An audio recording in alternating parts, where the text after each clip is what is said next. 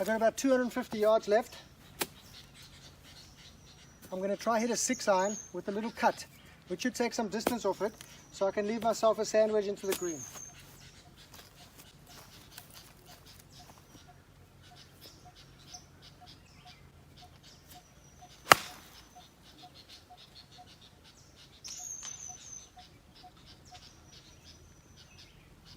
Okay, I got very lucky there. I hit a crap shot into the tree. Should be okay. 143 yards again. I'm going to have to hit a knockdown 8 again. It's clear that I probably need a pitching wedge. I'm going to go a bit right to the pin here because to the left is downhill and dead. So we're going to set it up to the second palm from the left hand side. And with this lie, it should draw.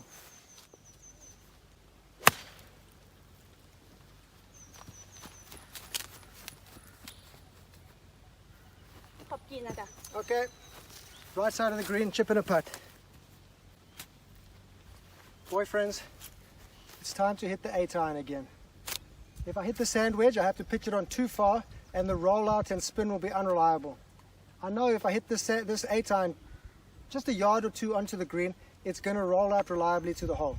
It just depends on the grain and the speed of the greens, where your actual spot will be, whether it's a yard on, 50 centimeters on, or 2 yards on. With this one, I'm going to go have a look at the hole, see where the burn mark is, and then I'll see where the grain is.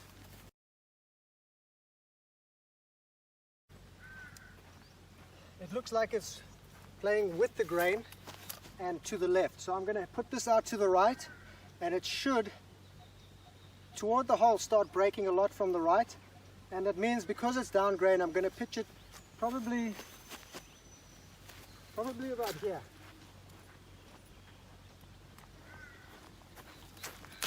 Let's see.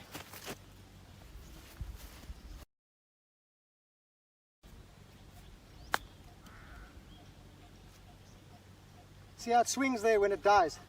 That's the grain taking the ball.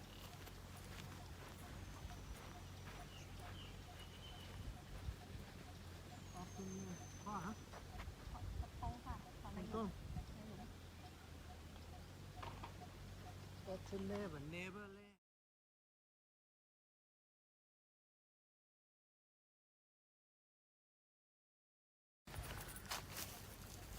Bit of a stressful hole. I can't see much.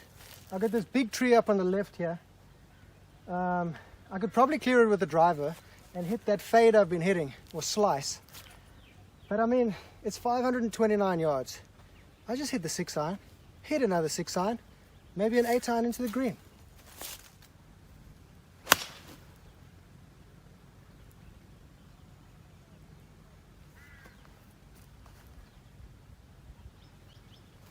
Okay, that's in the fairway. Oh, baby!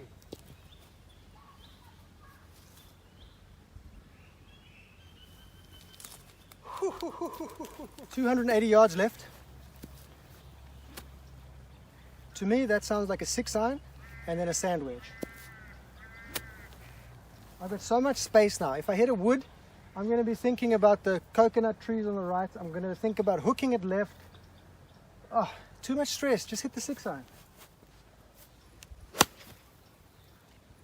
Just like that.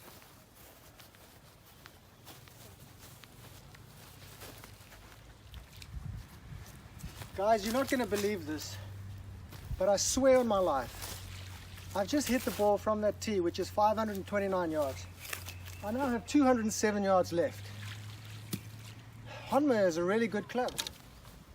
Okay, I've left it about 100 yards. Exactly what I wanted to do. So now I'm going to hit the sand wedge. Downwind a little bit, so I think I'll grip down on it about an inch and just hit a normal shot. Just get that head rotating through the shot. I don't want to get stuck.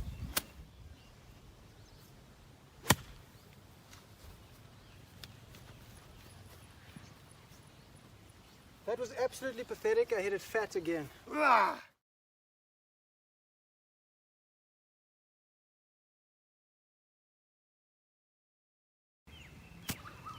Players, This is the most important part of the game. Don't listen to anybody else telling you otherwise.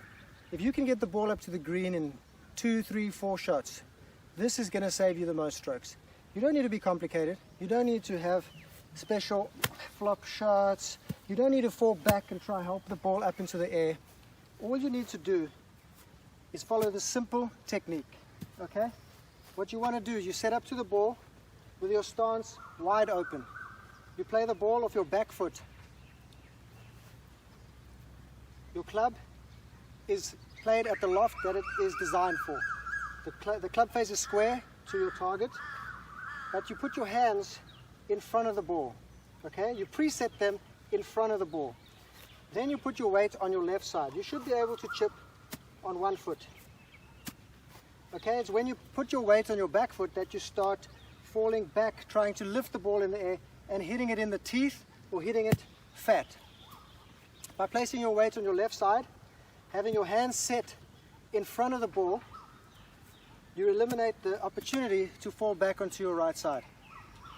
What you do after that is a very simple stroke. You don't break the hips, break the wrists.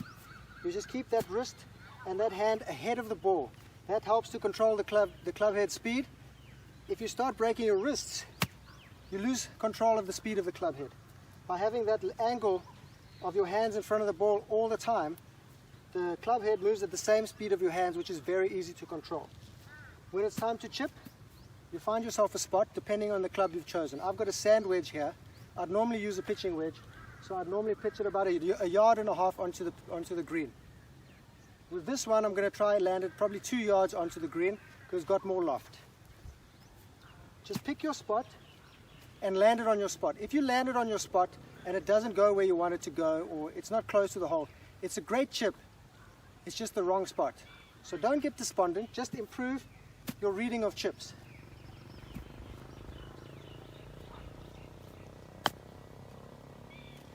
Okay, that took a hop up into the grain. I probably should have gone a bit further, but I got a putt for par.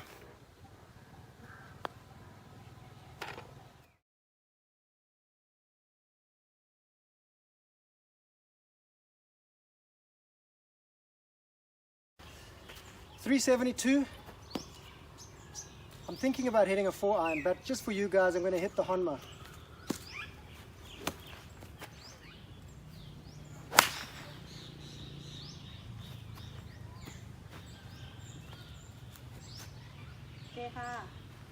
I'm going to have to hit a sandwich. I have nothing else.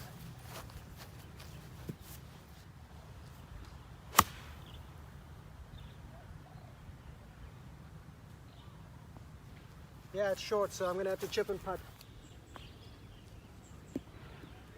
Oopsie, oopsie. Oh, sorry, could have hit it.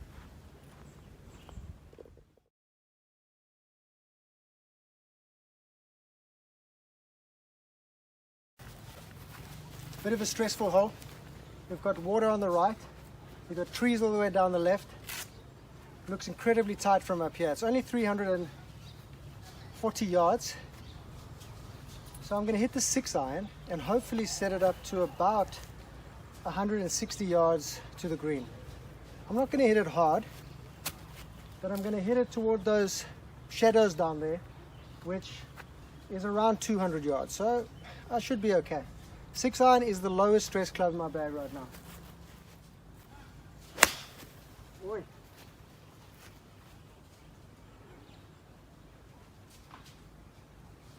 I've still managed to pull that into the trees. I've got really lucky here. It came off the trees back into the fairway. I've got 208 yards to the pin. We've got to take it on. 4-iron. Started at the big tree in the background. Pin is just to the left of that.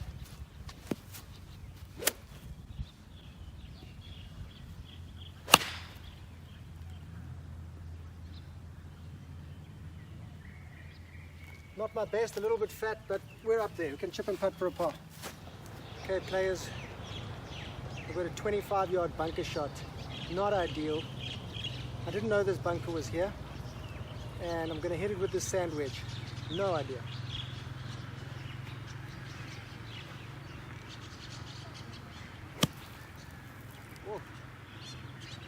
Okay, I've shanked it to the right. Chip and a putt for a bogey. Okay, boyfriends, another chip here. And the thing that's great about these bump and runs with lower lofted clubs is that it doesn't matter what lie you have. This is pretty much a bunker. They've resanded these greens, and around the green here is very sandy.